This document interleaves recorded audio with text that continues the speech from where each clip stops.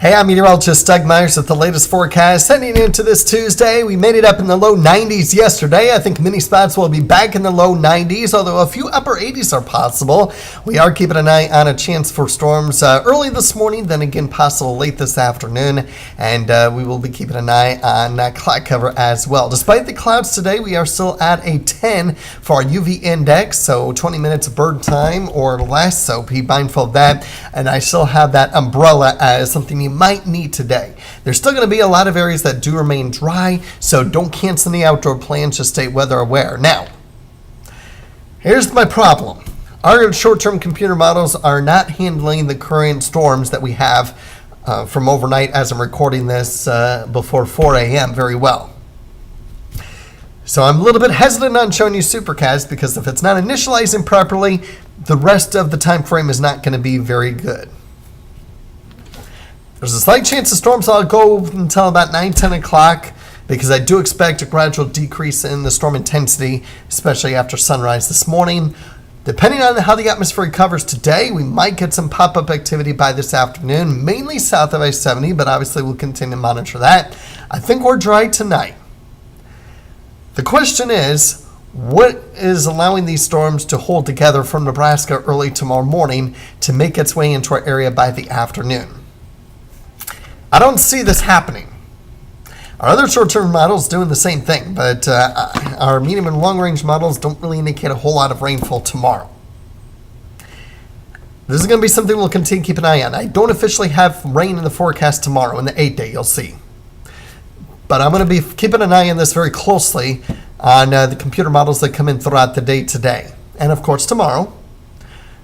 And then you can see the potential rainfall through 11 a.m. A lot of the actual cities itself not getting a whole lot of rain, but in between, some of the darker green that you see there, that is an upwards of a quarter, maybe even up to half inch of rain in those areas.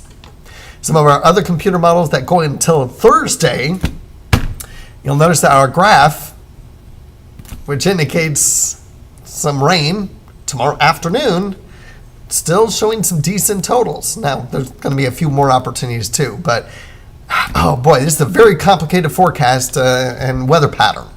So it's going to be one of those where you have to stay weather aware, keep an eye on the radar.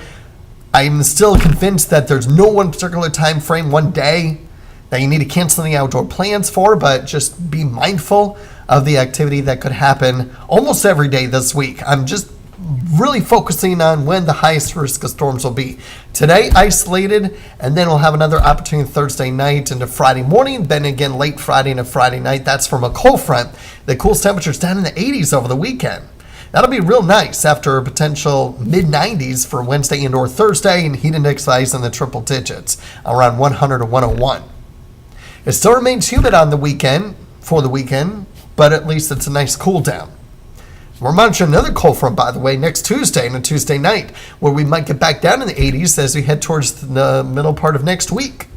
So we have a couple cold fronts that we're keeping an eye on that will cool temperatures down slightly below average for this time of year.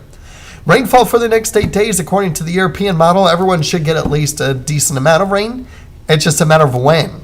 That's the uncertainty. That's where we're going to have to be monitoring the forecast closely and how the atmosphere recovers after each round of rainfall. Not quite as heavy with the GFS, but still rain for most areas. And then taking a look at our extended outlooks, we do have the green, the probability of above average precipitation, especially in that 6 to 10 day outlook. Just a little bit of it in that 8 to 14 day outlook too.